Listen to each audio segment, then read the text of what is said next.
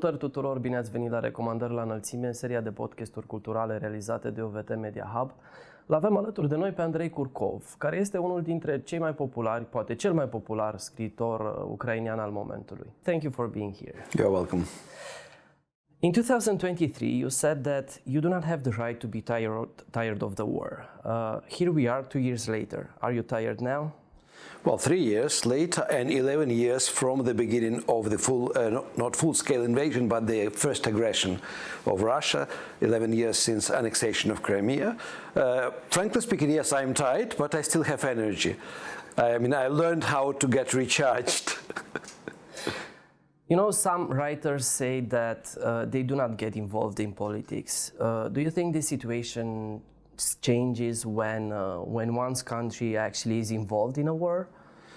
Well, if a writer avoids being involved in the politics, in the end, actually, he will have to choose either to hide or to escape or to get involved into politics, because actually, when the war comes to your country, you are looking for your mission.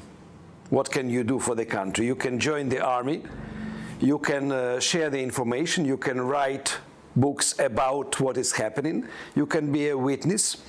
And in this situation, there is not much space for retreat. Yeah, you can continue to write crime stories, and maybe it will be also useful because, we have a situation in Ukraine now that Ukrainian writers don't write novels. They write non-fiction already for 3 years. They write only about the war. And people in the country actually are tired of reading probably about the war. So they are looking now for foreign books, foreign love stories, for example. But generally, yes, if you are a writer in the sense that you are a public figure and you want to influence minds of your readers, you have to be politicized. You have to be involved in politics. Mm-hmm. Here is a quote. It's from an interview you gave a while ago. I write only about the war and living in wartime, which means also that what I've written in the last 2 years is 100% realistic, which is not something I'm used to. Never before was I attached so much to realism. What is actually the connection between realism and maybe fear of forgetting? I know that's a tough one, and it's early in the morning. It's a tough question, yes. Well, realism is something that putting you in the specific frame of life. Like if you want to have coffee with milk, you have to go and buy milk and buy coffee. So you cannot imagine drinking coffee with milk in the morning if you don't have milk and coffee. So actually, what comes in the time of war, that the reality is replacing your imagination. Your imagination is becoming defunct. You don't need your imagination because it is even dangerous to use imagination and to forget about the reality. So, this is the main difference, actually. If you are staying in the reality, you have better chances to survive mentally and physically, and you have better chances to reflect what is happening in a more proper way. So you have to switch off some of your writer's qualities in order to remain an essayist, a non-fiction writer, a witness, somebody who will believe that what you wrote at this time is true reflection of time. But there are writers who believe that they kind of need to escape the reality, and they use fiction in order to actually escape what is going on, around them. Well, for 2.5 years I couldn't write fiction. From February 22 till July last year. And I was suffering because of this. I had too much reality, too much drama. I was carrying, when I was traveling, I was carrying the war with me. Because I was telling about the war, I was telling about my colleagues who died in the war, and there are more than 200 writers and poets and essayists who died now in the war. So, it's a heavy burden. Psychologically, it is a heavy burden. And you want to somehow to hide from it from time to time. Yes, if you are asleep and you don't have nightmares, it's an escape for your body, but not for your mind in a way. And I managed actually to retake the novel that I started before the full-scale invasion in July, and in November I finished. So I was escaping every day from July till November into 1919, into another war, which was called Civil War in Ukraine after Revolution of 1917. But it was like semi-escape, because I was writing fiction about the events that were very, very similar to what is happening now, because then Red Army was trying to occupy all of Ukraine and announced that this is now a Soviet republic, and they succeeded after 4 years of war. This is what Putin is doing now. But since it was fiction, I was escaping from this war. And in a way, I felt much happier when I was writing fiction, although, I mean, I was writing fiction in the morning, and in the lunchtime I was writing about this war. So I was living in two wars at the same time, but it was already easy because one war became fiction. This is another difficult question, even for myself, to actually I don't know, put it in the right terms. Because you're talking about a heavy burden, because you're talking about death. Hate is a very deep and dark sentiment. How is for Ukrainians right now when thinking about Russia, when thinking about Russian soldiers? Is it, I don't know, more acceptable to feel hate? Is it something that Ukrainians actually still speak about when thinking and, I don't know, speaking about the Russian people or Russia? I can tell you a secret. I have been thinking already for 2 years to write a small non-fiction book with the title, The History of Ukrainian Hate. In fact, actually, I mean, the hate is a disease that destroys you more than the person you hate. Because, I mean, you are getting up early in the morning and you remember what is important for you. And the hate becomes the most important thing. And of course, I mean, Ukrainians hate everything Russian. Hate not only Putin, but I mean, there is a saying which is used every day on Facebook in the Ukrainian segment that there are no good Russians. It means all Russians should die. And of course, I mean, this is the emotional response to the war, to the atrocities committed by a Russian army, to the massacres in Bucha, in Gostomel, in Borodyanka, in Akhtirka. Last night, a hospital was bombed in Sumy. So, I mean, the hospital with hundreds of people who are ill, who were treated there by the doctors, it was destroyed by the Russian bombs, and it will increase this hate even more. So, I mean, you cannot have more hate than we have now for Russia in Ukraine.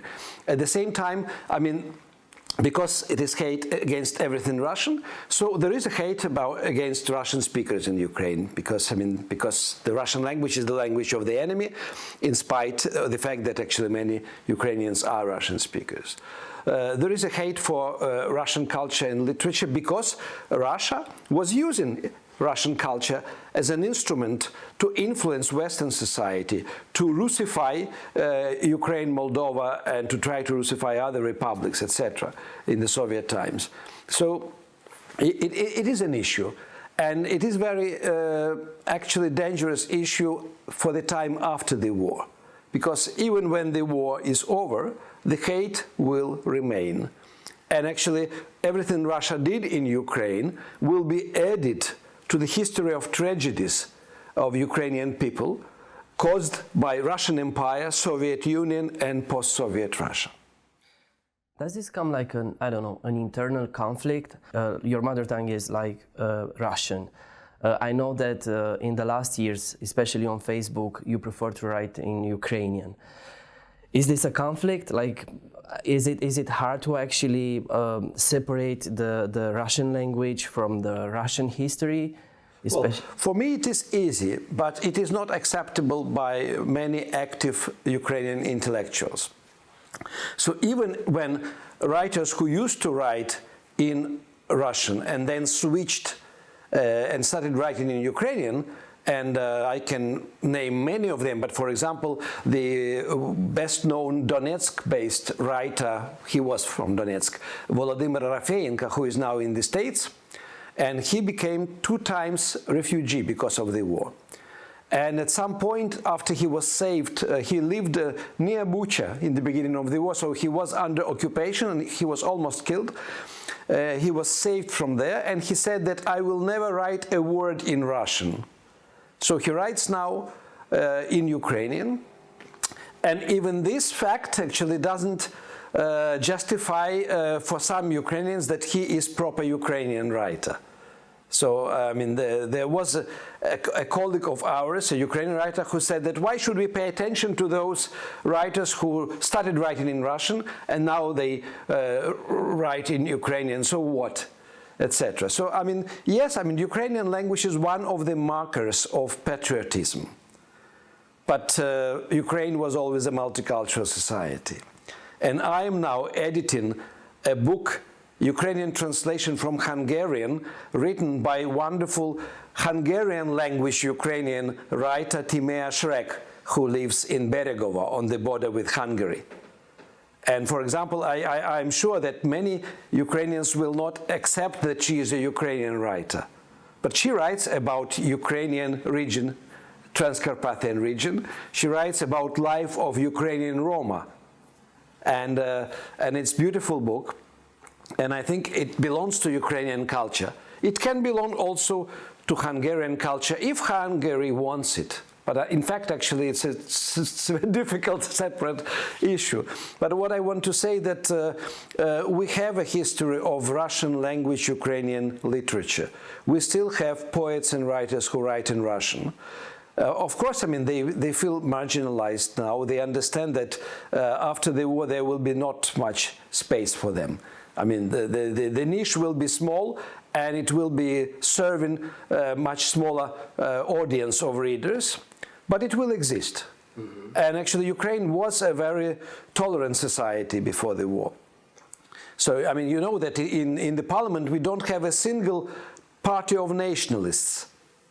Only once nationalistic party Svoboda managed to get into parliament for 4 years, and then they were not re-elected. So, I mean, most of Ukrainians, they prefer politicians who don't represent extreme left and extreme right. So, I mean, they want quiet and stability. And in this sense, if the war is over, and when the war is over, there will be a period, maybe years and years, when the war will be still in the air and the hate will be still in the air. But in the end, I think the self-organization of Ukrainian society will help the tolerance to come back. Because, I mean, for me, for example, the Ukrainian culture is extremely rich and interesting and very unexpected, not because it is written only in Ukrainian language, but also because it is written in 2 Greek dialects, Aramean and Romanian, and we had lots of Ukrainian Greeks living on Azov Sea and in Odessa region, and they are still there. And I mean, we have Crimean Tatars with their literature, and we should embrace the literature and culture of Crimean Tatars, even in the time when Crimea is annexed, and many of them had to leave their motherland. Speaking of multiculturalism, this is kind of a weapon the Romanian nationalist politicians, because we do have quite a few in the last years. So this is a weapon, a rhetorical weapon that they kind of embrace. When speaking about Ukraine and when embracing Putinist rhetoric, actually, they are saying that Romanian ethnics from Ukraine are very under a lot of pressure coming from the Ukrainian authorities. What would be your answer? Well, the problem is not there is no pressure. No pressure on Romanian community, no pressure on Hungarian community. I consider that actually Ukrainian politicians are guilty in another thing. They never tried to integrate minority cultures and minority communities in general in national Ukrainian social and cultural space. So, I mean, as the result, we in Kyiv don't know anything about what is happening inside a Romanian community, Slovak community, Hungarian community. We didn't know anything what was happening in Crimean Tatar community until the annexation. Only after annexation we started talking about Crimean Tatar literature and culture. So, I mean, this is the other issue, that the communities should be more open and demanding attention from Kyiv, from the central government, and demanding to be inclusive, included in the context of Ukraine. Because, I mean, yes, they are far away from Kyiv, just like any borderland is far away from Kyiv. But it is part of Ukrainian social, political, and cultural life. And they should be included, and Ukrainians should know about them, about their life, about their culture, and what they write about. Speaking about languages, are you still reading Russian literature? I have not been reading Russian literature already for more than 20 years. Not even Shishkin or Sorokin? No, Sorokin, I organized publication of Sorokin's books in Ukrainian language, and I organized his tour in Ukraine with his first book in Ukrainian. He came with his wife Irina. We are friends with Sorokin for many years, and I love what he does. So, I mean, if I have his book, new book, I would read it. But he is not living in Russia, he lives in Berlin. I mean, like Shishkin lives already for more than 20 years in Switzerland. So, I mean, I'm following, I'm also friends with Shishkin, but I didn't have chance to read his books. I read his articles that he wrote in German, but I don't care what is written inside Russia, because I can see that actually the Russian history repeats itself. They have new emigration of moral people. So, I mean, the culture becomes immoral in Russia. And literature became immoral. So, I mean, the writers who remained, they are either silent about Russian crimes in Ukraine, or they support Putin. And they still have book fairs, book festivals, book launches, etc. They are trying to pretend that they are having a happy, normal cultural life, which is completely abnormal, because, I mean, if you have, I mean, can you imagine having a normal book festival in Hitler's Germany in 1939 or 40? Well, it's the same kind of thing what happens in Russian culture now. Do Ukrainians read Russian literature? No. Not even those in high school, maybe Dostoevsky or Tolstoy? Nobody sort of cancelled, I mean, they are cancelled, but they are not banned. So, I mean, you can buy books by Dostoevsky in the bookshops, but probably in the second-hand bookshops. Of course, there are no editions coming from Russia, and they are not edited in Ukraine. Probably there are some Ukrainians who still follow, well, some Russian writers. And they can try to get books online. It is not difficult, yeah. But generally it is not a topic. And I think the wall between Russian literature and Ukrainian literature is now too high.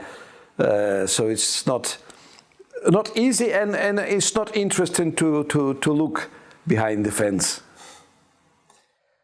What do Ukrainians feel these days about the United States of America? Well, Ukrainians have mixed feelings. So we do. Yeah. First of all, of course, I mean, there are emotional people who immediately said that America is betraying Ukraine. Well, America was always acting in its own interest. So, I mean, I always try to explain that this war between Russia and Ukraine is run on three levels. The bottom level, the first level, it's a war for territory and human resources. So, I mean, Russia is just trying to grab lands that used to belong to Russian Empire and to make Ukrainians Russians.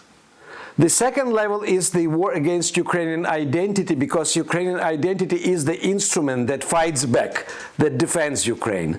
And identity is made of language, culture, and history.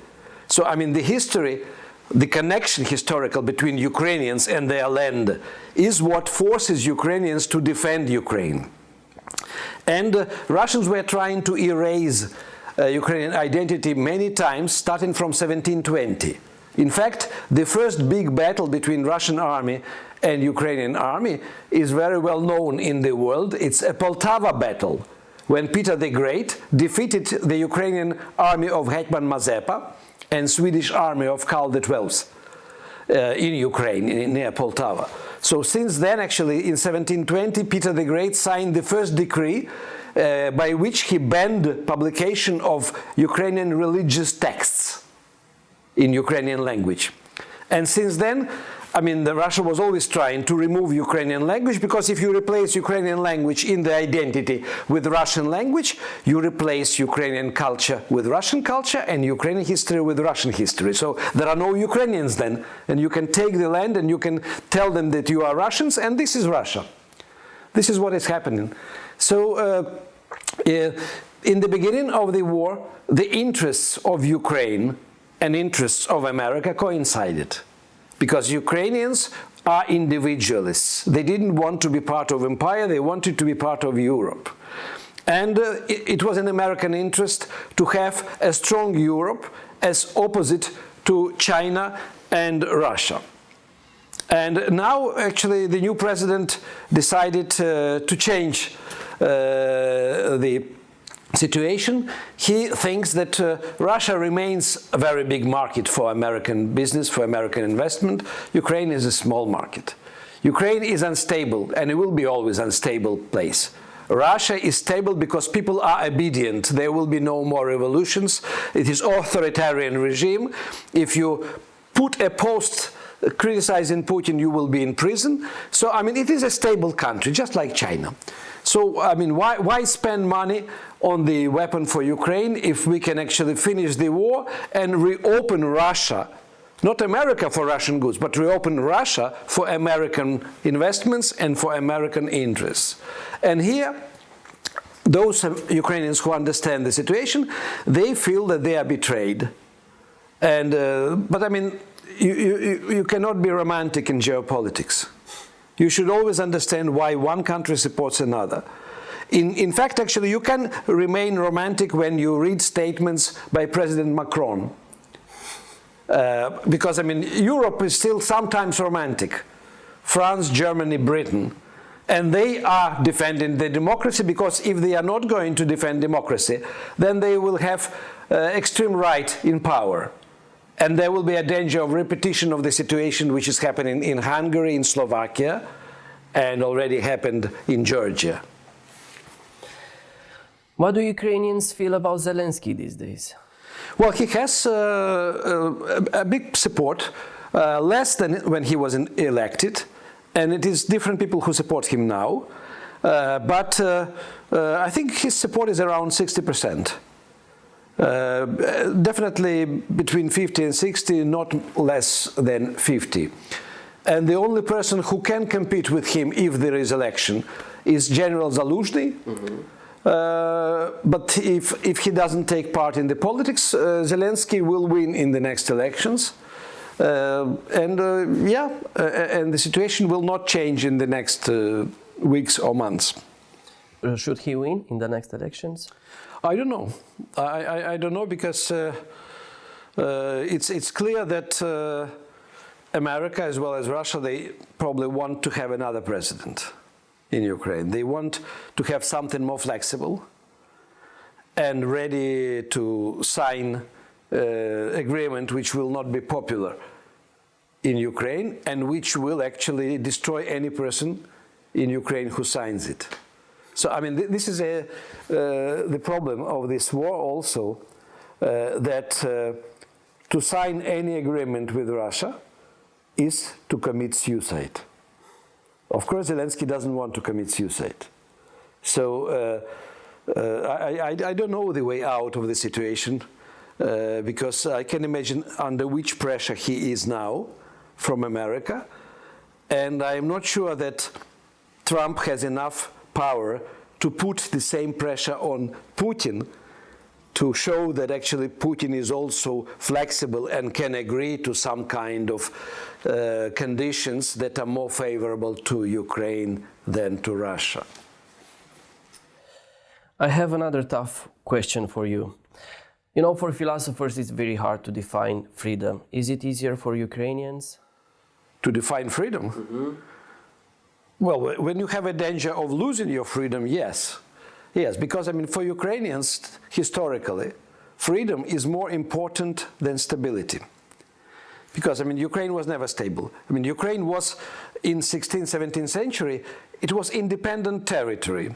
Formally, it belonged to Polish kingdom, not always, sometimes, but actually for over 100 years.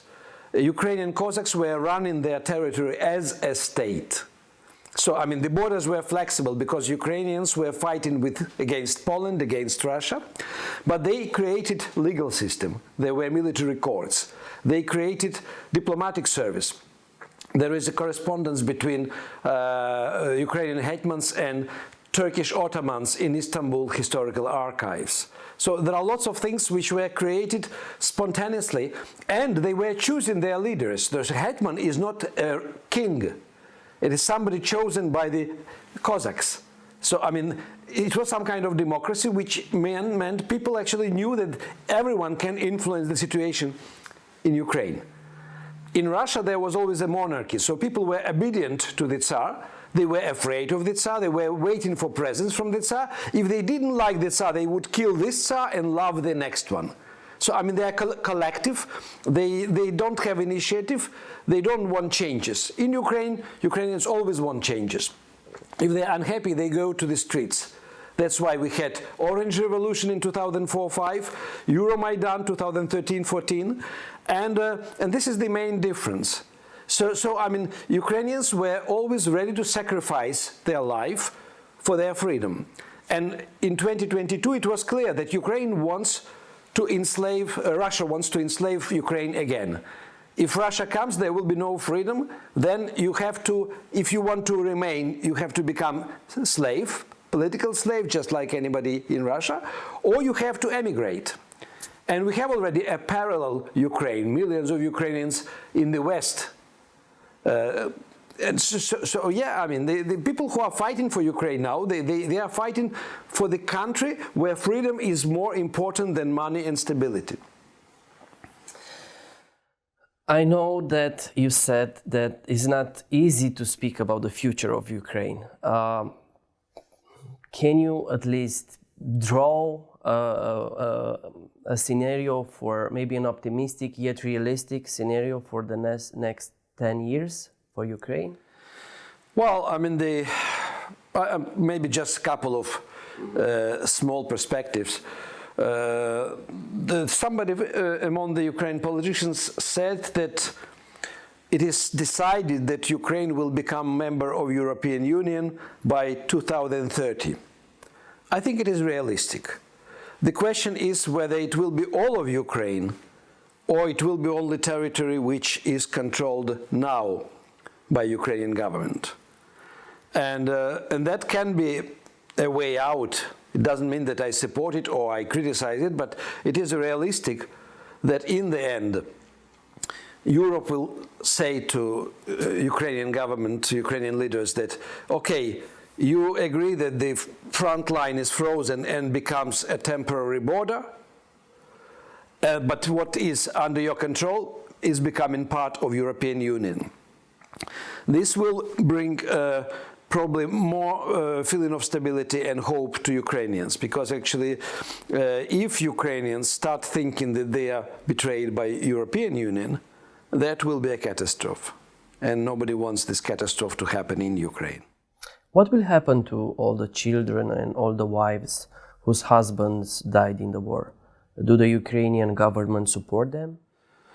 Well, officially, yes. In reality, I know there are lots of issues with financial help to the families.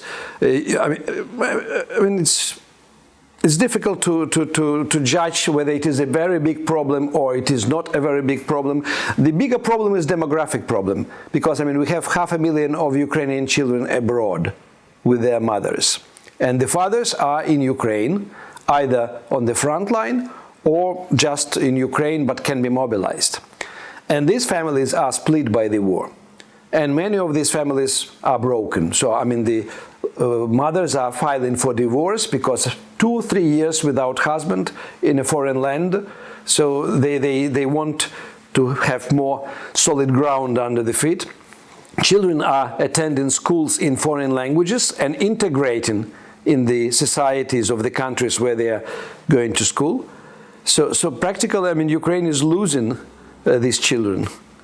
And it depends on the mothers and relatives if they still practice Ukrainian language with them, if they still talk about Ukraine as their motherland. But coming back to the financial part, I mean, Ukraine is financed by European Union, by the states, by International Monetary Fund, by European Bank for Reconstruction and Development, etc. So Ukraine is not financing itself, which means obviously that Ukraine doesn't have enough money to fulfill all the social obligations. And if Ukrainian government decides to print more money, then we will have inflation, which will kill the sense of this initiative. So I can imagine that the widows of the killed soldiers are either not receiving everything that they were promised or receiving later. It is possible, yes. But in the end, I think Ukrainian government will have to fulfill their obligations, because otherwise the support for this government will not be there.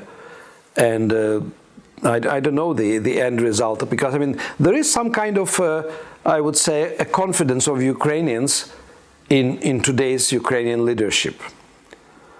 It doesn't mean that all Ukrainians, I mean there are 25% at least who criticize and will criticize always Zelensky and Shmyhal and everybody in power. But 75% are either quiet or supportive.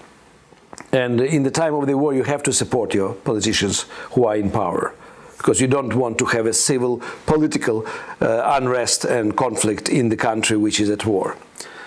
But I think all the financial problems will be probably set or decided on after the war. You arrived last night from Kyiv. You are a cultural ambassador of Ukraine. What would you tell to Romanian students? Well, first of all, to learn history. This is very important. And to learn also Russian-Ukrainian history. To understand that actually you cannot have the same version of history in every country in the surrounding area. And in order to understand, I mean, in order to understand the reasons for this war, it's very important also to read non-fiction books about Ukraine, Ukrainian history, and probably, I mean, it's very important to have your own opinion, your personal opinion. You can read lots of honest and maybe sometimes manipulative articles or essays, but it's better always to analyze yourself and to take interest in Ukrainian literature. In fiction also, because I mean fiction shows the life of society when the author wrote the book, if it is not historical fiction. So I know that some books by Ukrainian writers are translated in Romanian, so please take an interest, yes, go to the library and borrow a book and read it, and just because we are neighbors, and because who knows, I mean, in the future, I hope the relationship between Romania and Ukraine will be much more close and much more integrated, and it will be good for both countries. But in order to know your neighbors, you have to know neighbors' culture, because culture comes without weapon. Well, unlike Russian culture. Andrei Kurkov, thank you. Thank you very much. Vă mulțumesc și vouă că ați fost din nou alături de noi. Toate bune și pe curând!